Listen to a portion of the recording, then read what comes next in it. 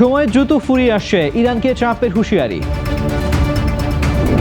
যুক্তরাষ্ট্রের সাথে ইরানে হামলায় যোগ দিতে প্রস্তুত ইসরায়েলি বাহিনী। আমিরাতের পারমাণবিক বিদ্যুৎ কেন্দ্রের কাছে ড্রোন হামলা। চীনে ভূমিকম্পে ব্যাপক ক্ষয়ক্ষতি, নিহত 2। হরমুজ প্রণালীর পূর্ণ সামরিক নিয়ন্ত্রণ নিল ইরান।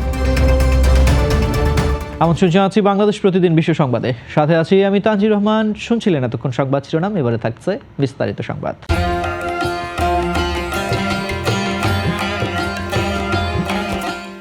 চলমান সংঘাত নিরসনে যুদ্ধবিরতি আলোচনা বারবার স্থবির হয়ে পড়ায় ইরানকে ফের কঠোর সামরিক পদক্ষেপের হুঁশিয়ারি দিয়েছেন মার্কিন প্রেসিডেন্ট ডোনাল্ড ট্রাম্প। রোববার ট্রুথ সোশ্যালে দেওয়া এক পোস্টে ট্রাম্প লেখেন, ইরানের জন্য ঘড়ির কাঁটা চলছে এবং দ্রুত পদক্ষেপ না নিলে তাদের আর কিছুই অবশিষ্ট থাকবে না।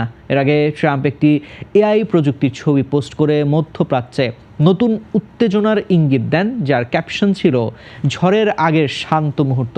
ইরানের তাসনিম নিউজ জানায়, তেহরানের দেওয়া সব ফ্রন্টে যুদ্ধবন্ধ এবং মার্কিন নৌ অবরোধ তুলে নেওয়ার দাবিগুলোকে অগ্রহণযোগ্য বলে প্রত্যাখ্যান করেছে ওয়াশিংটন। ফার্স্ট নিউজের তথ্যমতে ওয়াশিংটন উল্টো শর্ত দিয়েছে যে ইরানকে উচ্চমাত্রায় সমৃদ্ধ ইউরেনিয়াম যুক্তরাষ্ট্রে পাঠাতে হবে এবং মাত্র একটি পারমাণবিক স্থাপনা চালু রাখা যাবে।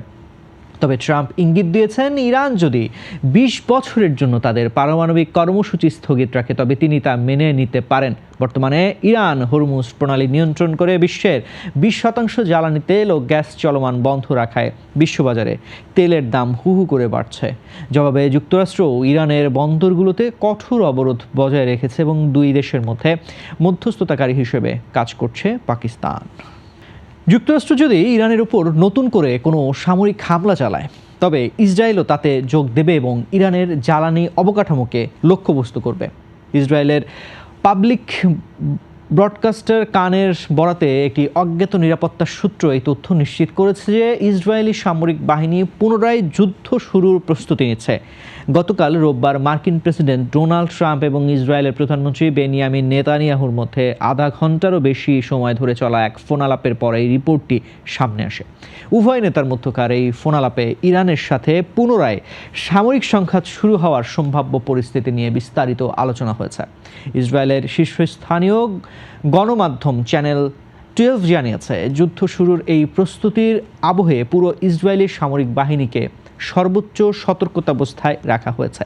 প্রতিবেদনে বলা হয়েছে, যুক্তরাষ্ট্র চূড়ান্ত সিদ্ধান্ত নেওয়ার সুনির্দিষ্ট সময় না জানালেও হামলার ঠিক আগ মুহূর্তে ইসরায়েলকে তা অবহিত করবে বলে আশা করা হচ্ছে। তবে চ্যানেল 12 আর উল্লেখ করেছে যে ট্রাম্প এই মুহূর্তে ইরানের সাথে নতুন কোনো বড় সংঘাত এড়াতে আন্তর্জাতিক মহলের ব্যাপক চাপের মুখে রয়েছেন। বিশেষ করে পরাশক্তি চীন ট্রাম্পকে ইরানের সাথে যুদ্ধ না জড়িয়ে আলোচনার মাধ্যমে একটি শান্তিপূর্ণ সমঝোতায় পৌঁছানোর জন্য জোরালো চাপ দিচ্ছে। সংযুক্ত আরব আমিরাতের রাজধানী আবুধাবির আল ধাফরা অঞ্চলে অবস্থিত বারাকাহ পারমাণবিক বিদ্যুৎ কেন্দ্রের অভ্যন্তরীণ সীমানার বাইরে একটি ড্রোন হামলা হয়েছে।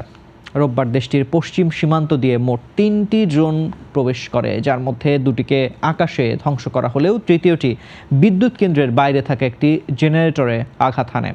ড্রোনটির আঘাতে জেনারেটরে আগুন ধরে গেলেও স্থানীয় কর্তৃপক্ষ দ্রুত তা নিয়ন্ত্রণে আনে। এতে কোনো হতাহত বা পারমাণবিক বিকিরণের ঝুঁকি তৈরি হয়নি। আমিরাতের পারমাণবিক নিয়ন্ত্রক সংস্থা ও আবুধাবি মিডিয়া অফিস নিশ্চিত করেছে, বিদ্যুৎ কেন্দ্রের সমস্ত ইউনিটের উৎপাদন ও কার্যক্রম বর্তমানে সম্পূর্ণ স্বাভাবিক রয়েছে। ইইউ এর প্রেসিডেন্টের উপদেষ্টা আনোয়ার গার্গাশ এই ঘটনাকে সন্ত্রাসী হামলা আখ্যা দিয়ে এর পেছনে ইরান বা তাদের কোনো আঞ্চলিক সহযোগীদের হাত রয়েছে বলে দাবি করেছেন।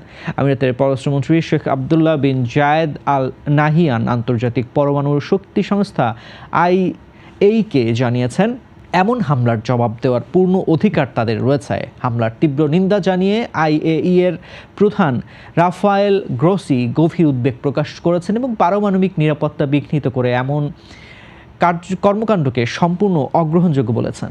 ইরানের পক্ষ থেকে বলা হচ্ছে, UAE সহ পারস্য উপসাগরীয় মার্কিন মিত্ররা নিজেদের ভূখণ্ড ব্যবহার করে যুক্তরাষ্ট্রকে ইরানের উপর হামলা চালানোর সুযোগ করে দিচ্ছে।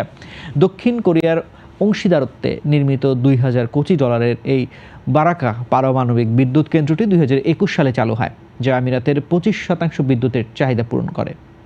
চীনের দক্ষিণ পশ্চিমাঞ্চলীয় গুয়াংশি প্রদেশের লিউঝো শহরের কাছে আজ 18 মে সোমবার ভোরে 5.2 মাত্রার একটি শক্তিশালী ভূমিকম্প অনুভূত হয়েছে। ভূমিকম্পের আঘাতে এখন পর্যন্ত অন্তত 13টি ভবন ধসে পড়ার খবর পাওয়া গেছে এবং আরও বহু বাড়িঘর আংশিক বা সম্পূর্ণ বিধ্বস্ত হয়েছে। এই প্রাকৃতিক দুর্যোগে এখন পর্যন্ত 2 জনের মৃত্যু নিশ্চিত করা হয়েছে এবং আহত 4 জনকে উদ্ধার করে হাসপাতালে ভর্তি করা হয়েছে। হঠাৎ এই কম্পনের স্থানীয় বাসিন্দাদের মধ্যে তীব্র আতঙ্ক ছড়িয়ে পড়ে এবং সম্ভাব্য আফটারশক ও ঝুঁকিপূর্ণ ভবন থেকে বাঁচাতে 5,000-এরও বেশি মানুষকে নিরাপদ স্থানে সরিয়ে নেওয়া হয়েছে। দুর্ঘটনার পরপরই উপদ্রুত এলাকায় দ্রুত উদ্ধারকারী দল পাঠানো হয়েছে এবং বর্তমানে সেখানে ব্যাপক উদ্ধার অভিযান চালানো হচ্ছে।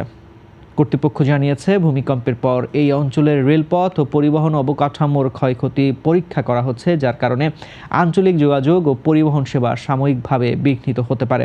তবে স্বস্তির বিষয় হলো, দুর্যোগ কবলিত এলাকাগুলোতে বিদ্যুৎ, পানি, গ্যাস এবং টেলিযোগাযোগ সহ অন্যান্য জরুরি পরিষেবাগুলো বর্তমানে সম্পূর্ণ স্বাভাবিক রয়েছে।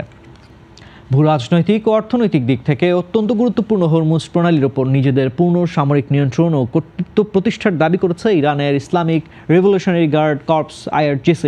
নতুন ঘোষণা অনুযায়ী এখন থেকে এই কৌশলগত জলপথ দিয়ে যে কোনো ধরনের নৌযান চলাচলের ক্ষেত্রে ইরানের সামরিক বাহিনী এবং IRGCর সঙ্গে পূর্ব সমন্বয় করা বাধ্যতামূলক করা হয়েছে।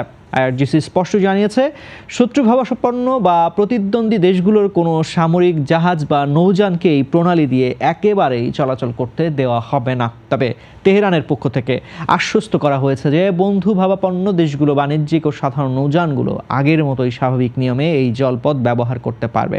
আল জাজিরার প্রতিবেদন অনুযায়ী হরমুজ দ্বীপের দক্ষিণাঞ্চলীয় রেড বিচ কর্ডন করা সহ সামগ্রিক কৌশলগত এলাকায় ইরানের নিরাপত্তা ব্যবস্থা ও সামরিক নজরদারি ব্যাপকভাবে জোরদার করা হয়েছে। গত 2-3 দিনে চীনা কোম্পানির প্রায় 30 থেকে 40টি জাহাজ সহ এই প্রণালীতে নৌযান চলাচল কিছুটা বাড়লেও ইরানের নতুন কড়াকড়ির পর গত 24 ঘন্টায় আর কোনো জাহাজ যাতায়াতের খবর পাওয়া যায়নি। দর্শক, কে ছিল আজকের বাংলাদেশ প্রতিদিনের বিশ্ব সংবাদ। সবশেষ খবর জানতে চোখ রাখুন বাংলাদেশ প্রতিদিন ফেসবুক পেজ ও ইউটিউব চ্যানেলে। এতক্ষণ সঙ্গে থাকার জন্য ধন্যবাদ সবাইকে।